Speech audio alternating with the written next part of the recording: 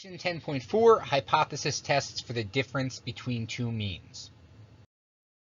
This section is really similar to the second section we did in this chapter, where we did a hypothesis test for two proportions, except this time we have two quantitative variables, or two means. For all of our problems, we're going to have a difference of 0, so our null hypothesis would be mu1 minus mu2 equals 0. We could also write it as mu1 equals mu2. The alternative are the same three options that we've always had. It can be a greater than, a less than, or a not equal to sign. The null hypothesis is always an equals, and the alternative is never an equals. As we've come to expect, the conditions are still the same. We need random samples from both of our populations, and we need large enough samples. So either a sample where n is greater than or equal to 30, or a population that's approximately normal. If neither of those two things are met, we can look at the actual sample data and see if it looks approximately normal in a histogram or box plot or dot plot.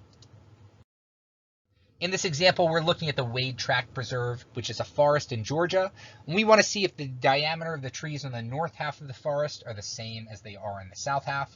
So we take random samples of 30 trees from each section. Here we can see the summary statistics, the mean, the standard deviation, and our sample sizes. And we want to make test a hypothesis at the 5% significance level. Our null hypothesis is that there's no difference in the average diameter of these trees. So in other words, the difference is 0. The alternative is that there is a difference in their average diameters. So the difference is something other than 0. Mu1 is going to represent the mean diameter of all trees in the northern half of the forest, and mu2 will represent the same for the southern half.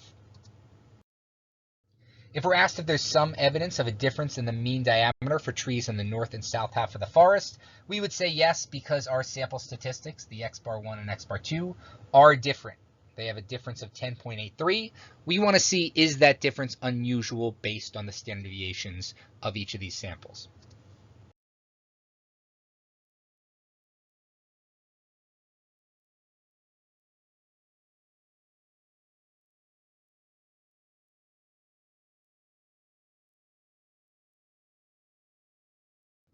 So for these problems, our test statistic will be a t-score instead of a z-score. And we're going to start off by finding the difference in our two sample statistics. We compare that to the null hypothesis difference, which is always going to be 0. And then our standard error of that sampling distribution, s squared over n for each of those samples, added together and square rooted. Degrees of freedom, just like last section, we're going to use the smaller sample and find n minus 1 for that smaller sample size. So we'll go ahead and calculate our test statistic. We'll find the difference in those two sample statistics, x bar 1 and x bar 2. That's our point estimate of the difference. Compare that to 0 and divide it by s squared over n plus s squared over n for each sample. We get a test statistic of negative 2.68, which we'll now go over to our green table to see if it's statistically significant. Now, this part of the problem tripped a lot of people up in the last chapter. So let's go over this a little more thoroughly. We have 29 degrees of freedom, and we have a test statistic of negative 2.68. It's a two-tailed test because our alternative was not equal to. So we're really dealing with both of the tails in this distribution here. Everything in our green table is positive, so we'll use the positive t-score. And we'll go to the line with 29 degrees of freedom, and we're going to put this value on that line. Okay, so in this case, it's in between 2.4 and 2.7. That's where 2.628 would fall.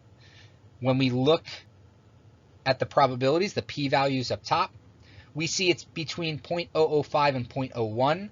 This is just for one tail.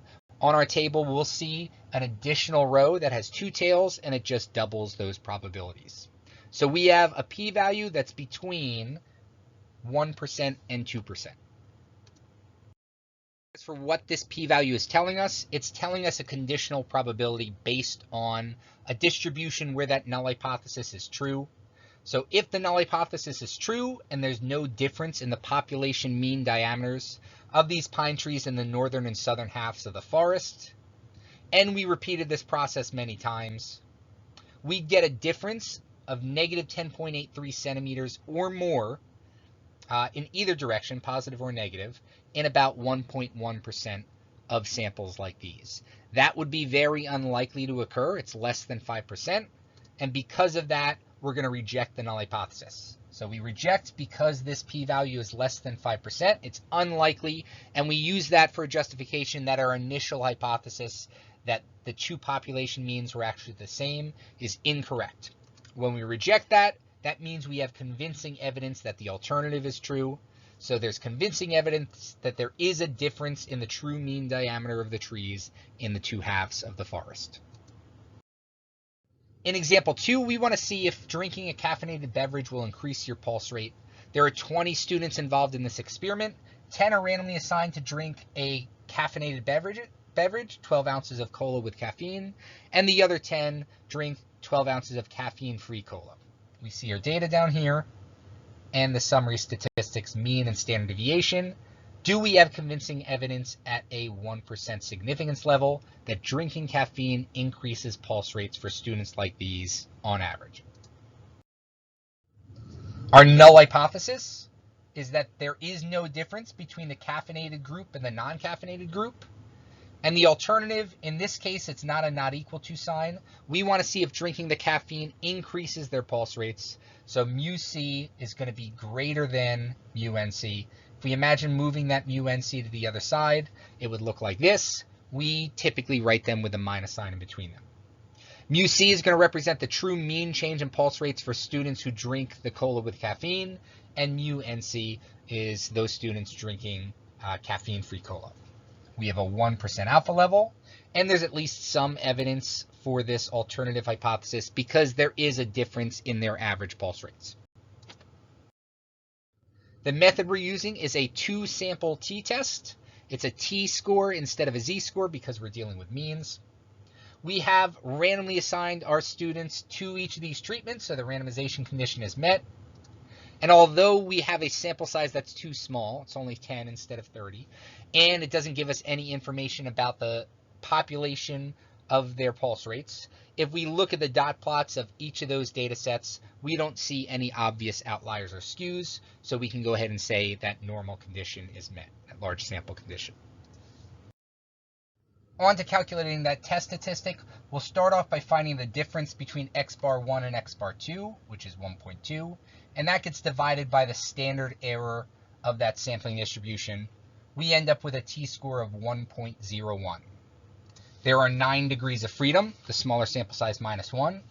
So we go over to our table, 9 degrees of freedom, and we're putting that 1.01 on the table here. It's to the left of all of the values on this line here, which means the p-value is going to be even larger than the biggest thing in that row.